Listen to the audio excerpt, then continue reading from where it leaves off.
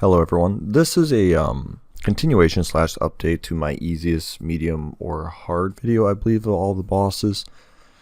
I never truly got all the DLC bosses in there, so we're going to do this video today, kind of as a part 2. I just got back from my fishing trip, it was pretty good. I'll share a couple images later, probably tomorrow, and I'll also get to all of your comments later. But for now, let's talk about this video here. So first and foremost, as I typically do, I trash on the Necromancer. Easy boss, one action per turn. The other action is to resummon a new skeleton.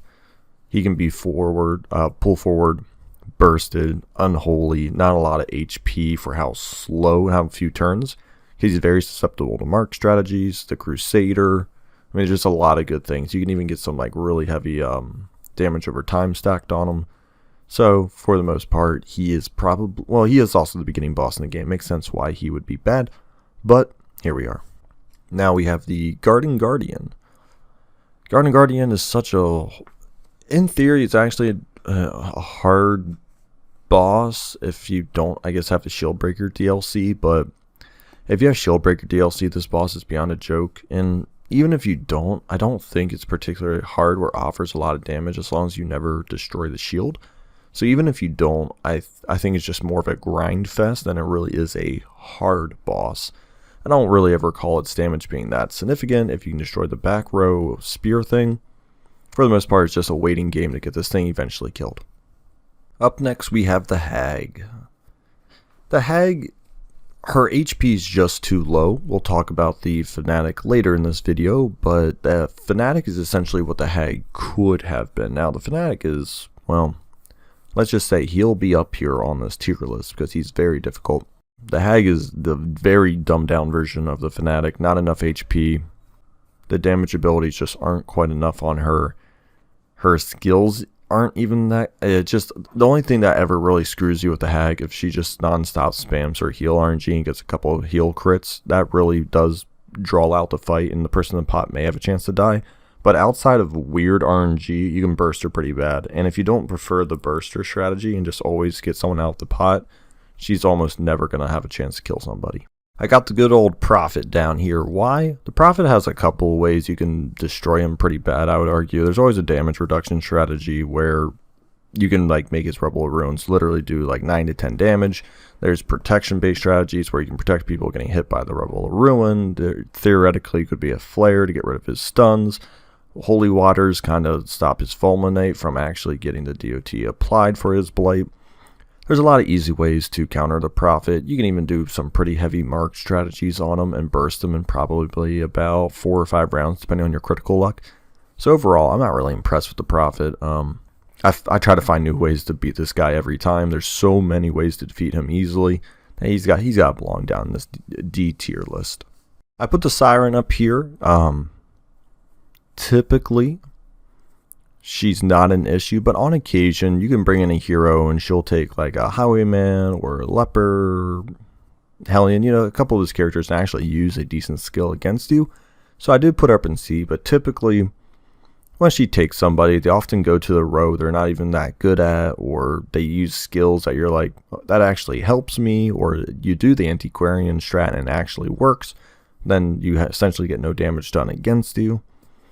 But there are times where, like I said, she'll take a good character and she'll give you a good swack at the side of the head. But other than that, she's just got a lot of HP. Like, she has a lot of HP. I think at max level it's 260 something. Like, she's near 250 if not over. So I will give her props on that. She does actually take a little bit of time to kill, but I found some good success with lepers even when she takes them. I've actually moved Swine, God, King, whatever down a tier because before, when I made my old video, I heard of people talking about the Arbalest strategy and removing stuns and marks, but I never really used it. And once I did, I was like, yeah, the only reason why this boss could ever be considered near the B tier is for Wilbur himself, and then obviously Enraged Destruction if you accidentally kill him. But once again, the Swine God King has a couple of ways. You can do damage reduction strats. It actually does work. Theoretically, you could also do protection strats. You could do high dodge strats. Or you can just shoot right into him because he has essentially no dodge or speed. So massive 50-60 criticals does get rid of this boss in about 3 or 4 rounds, which usually isn't enough time for you to see the door of death, let's just say that. Drowned Crew.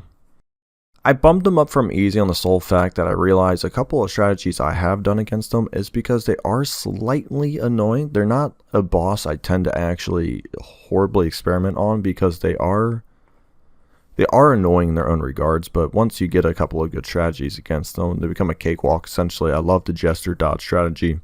Highwayman with point blank is pretty good. If you get a leper up to a really high speed, that's good. If you get someone with a considerable stun, you can actually stun the anchor guy, usually enough turns for you to get through the crew themselves. So at the end of the day, they're not the easiest, but there's a plethora of strategies, I'll say, that can still handle them pretty well. So we'll keep them right in this nice C tier here. Yeah, I'm going to pick on the Viscount. I'm going to pick on the Viscount because solely on HP.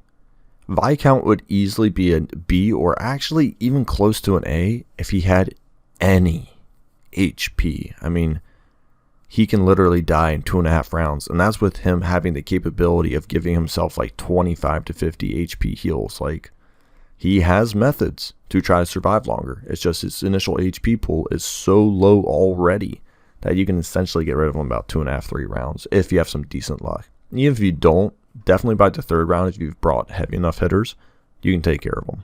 I'm still keeping Wolf near the bottom on the sole fact Wolf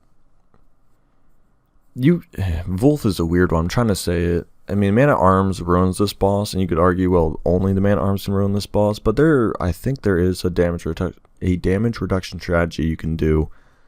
I would have to check the accuracy of the bomb, but you could probably do like a high Houndmaster dodge strat, to be honest. So you probably dodge his bombs. His HP is not the highest as well, so if you actually go like pretty quick burst damage, you could probably get through him fairly well. But once again, the Man at Arms could ruin him. Theoretically, Houndmaster could ruin him. I'd have to check his debuff resist, but you could probably reduce some of his bombs. So at the end of the day, I don't think he's very tough. Now we get into the bosses where if you see them and you're not prepared, that's when they start becoming pretty problematic. I put the Collector in here because I was basing this criteria off of kind of how you meet them. So the Collector can actually be a terrible boss if you're just not ready with your party. Like if you have kind of low row diversity where not a lot of good stuns, / if you also don't surprise him, his speed's not bad. And then if you get the fight started off with only maybe 2 characters going before he does, you can actually run into some pretty major issues with him. He's constantly resummoning, he's pushing himself to the back, he can life steal, he can cause stress to you. So overall, he's actually respectable, but there are times where he feels like he's a D, and then there's certainly times where he feels like he's A, because it really depends on where he catches you out, how your party is in condition. Because most of these other bosses you plan to fight, he just kind of, pops up. So if you're not ready, your party sucks, or you just got out of a difficult fight and you're like really hurting, he can certainly cause a lot of problems at moments. I still like the Formless Flesh up here, and I like the Formless Flesh. I know people say Houndmaster, Plague Doctor, Shield Breaker, easy mode, Flage, easy mode. Yes, and it makes the boss significantly easier if you have the Flage DLC. Shield Breakers work pretty well. Yes, obviously the Houndmaster Traditional is very good, but Mauls of Life is an impeccable ability, and even some of the what's called undulating something, I can't remember the back row blight ability right now, but that one hurts as well. So there's actually a good amount of like double multi attacks. There's a stun, there's a blight, there's bleed. I mean, honestly, the Flesh has kind of got it all, and depending on the heart RNG, it's kind of weird. Like, you want hearts because it's less damage output, but at the same time, if they get enough like crit heals off and stuff, that fight can last a while.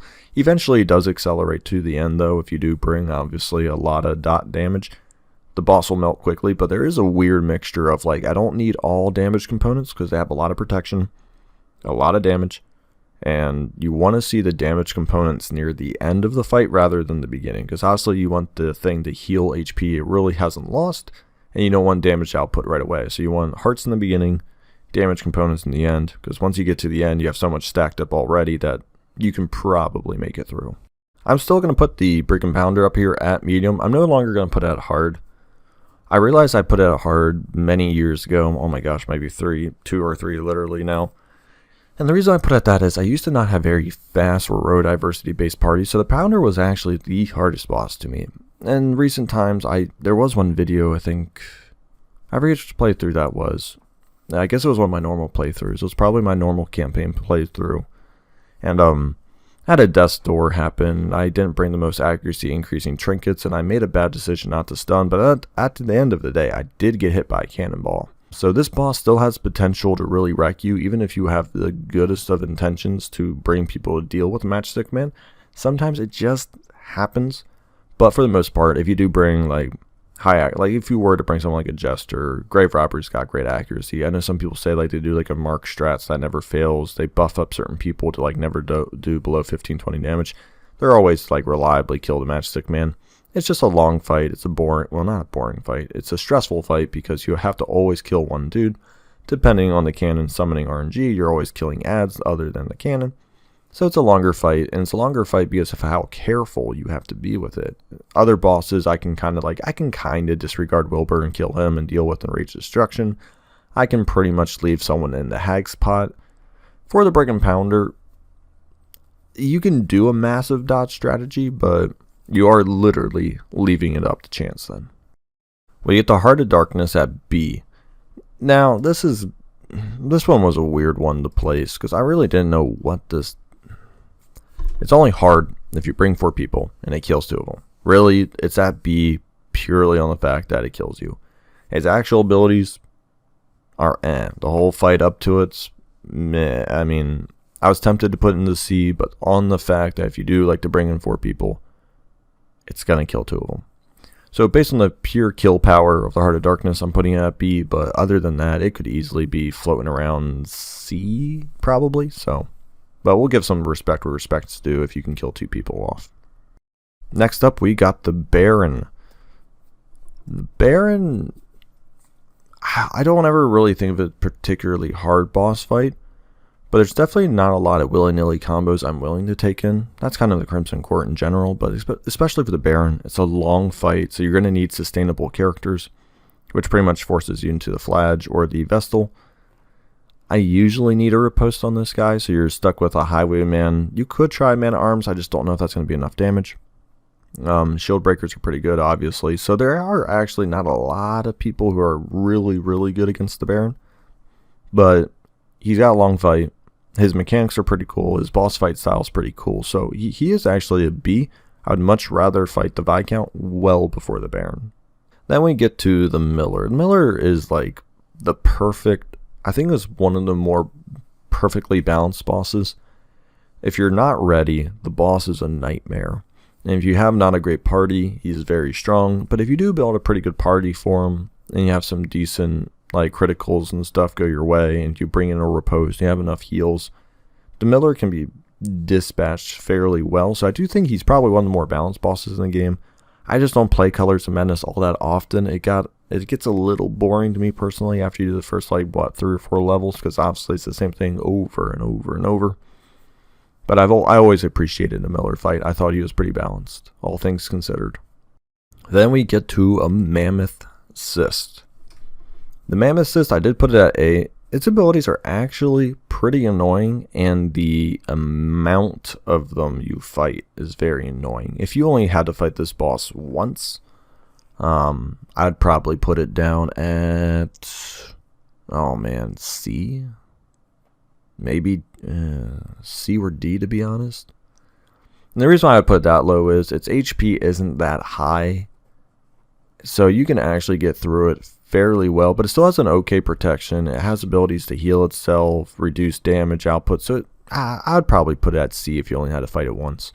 Purely on the fact it doesn't have enough HP, but obviously it doesn't have enough HP because you do fight it X amount of times, depending on how many times you get teleported. I believe if you complete the dungeon to its best of capabilities, it's 2, minimal 2 times. So you have to fight him twice. It honestly makes up about an average boss.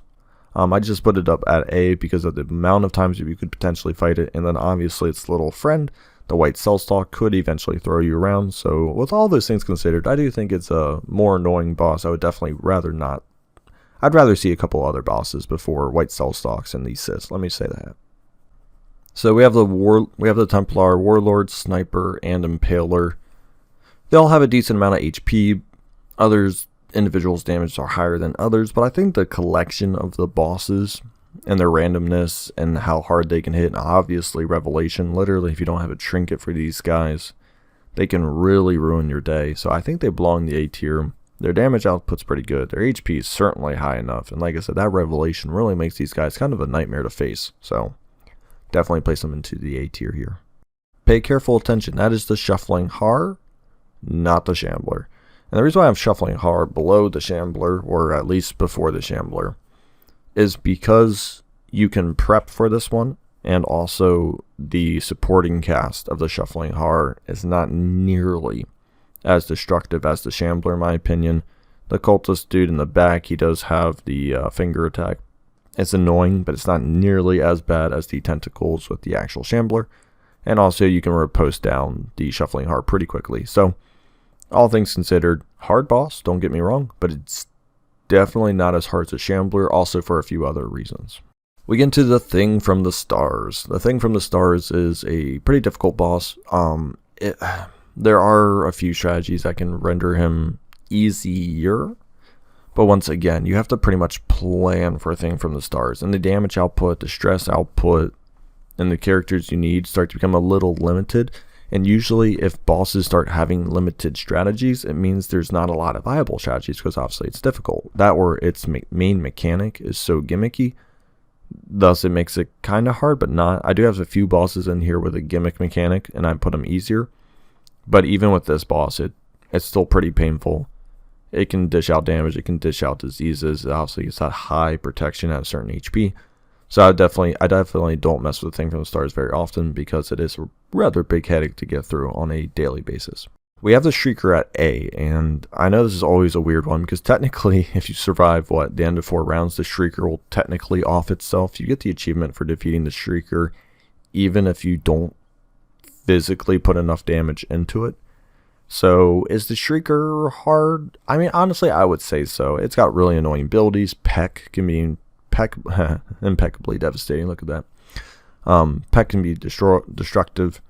It's got high dodge, so you need to make sure you get some nice dodge reduction in there. That way you're going to get your accuracy way up.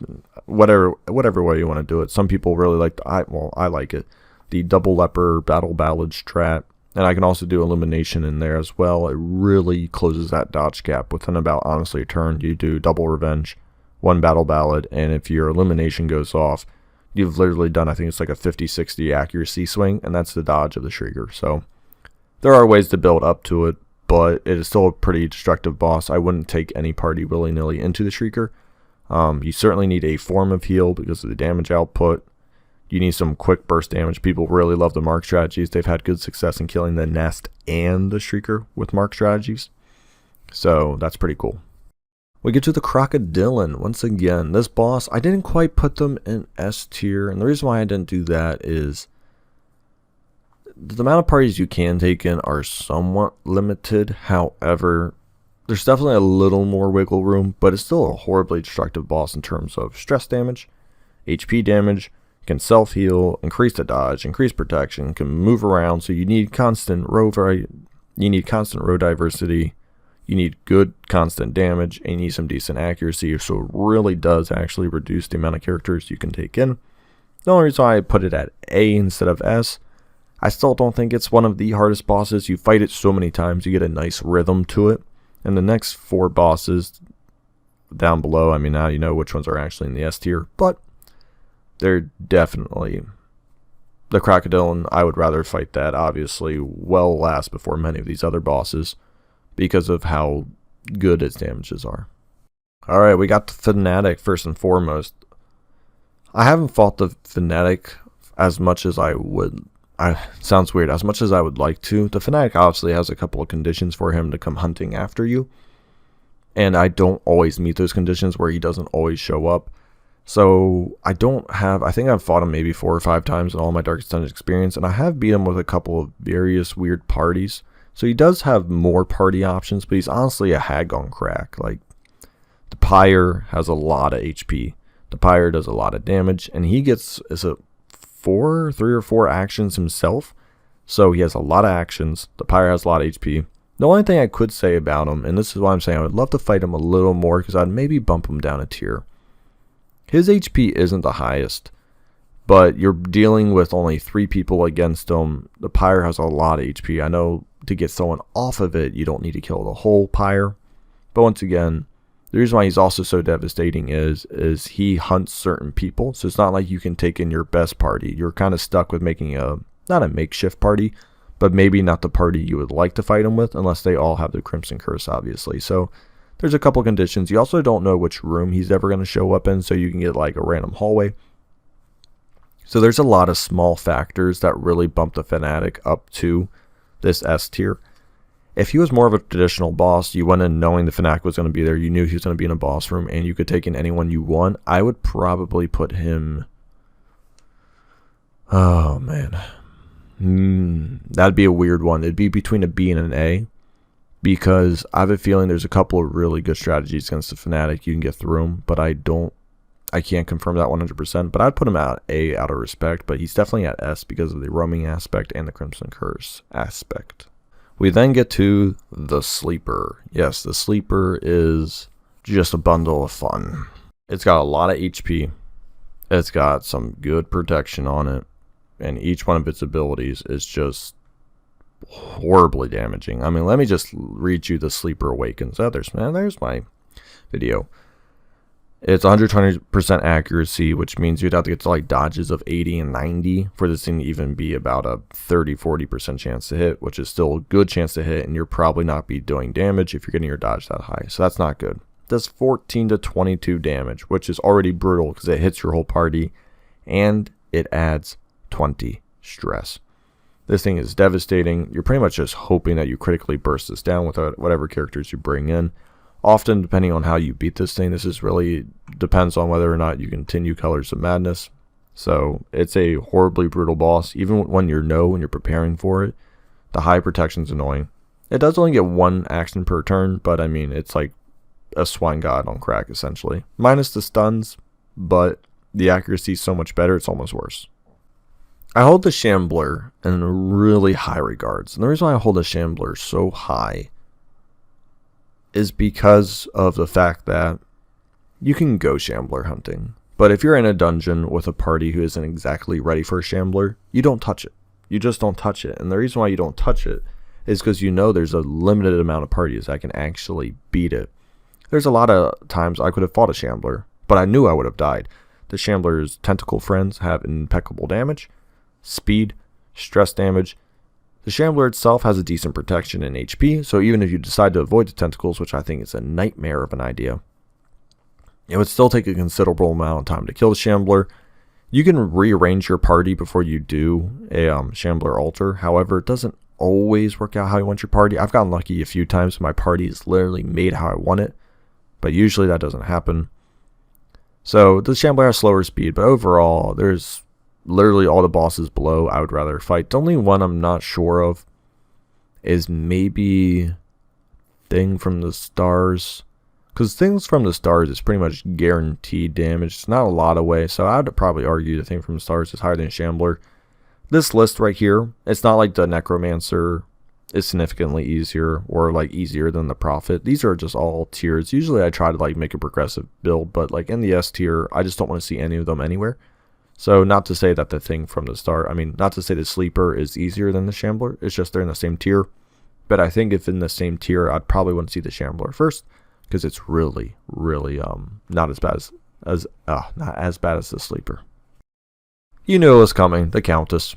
I mean, there's a massive dodge strat where you can do the 4 man-at-arms cheese repose where you get like 110 dodge, then everyone does repose and she kills herself on that. Sure, the reason why that strat exists is because she's such a nightmare.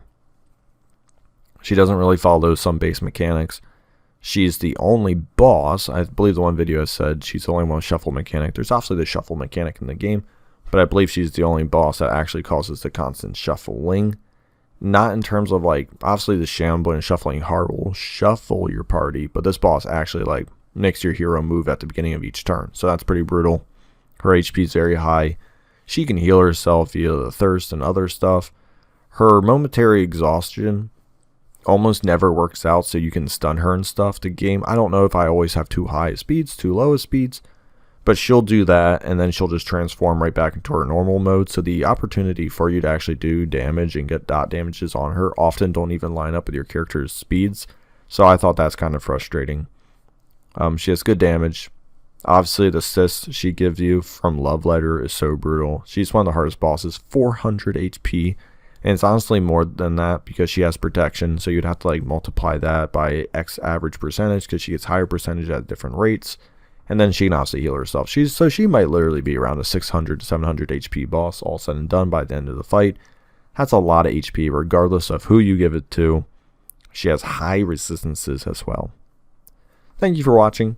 This is finally the tier list I've wanted to be making for actually a couple of years now. I know it's not necessarily what I used to have, easy, medium, hard, but I did want to eventually get that out there. I've been alluding to it for many years and many videos. If you pieced them all together, you could probably have presumed this would have been my tier list, but here we are officially now. Thank you for watching.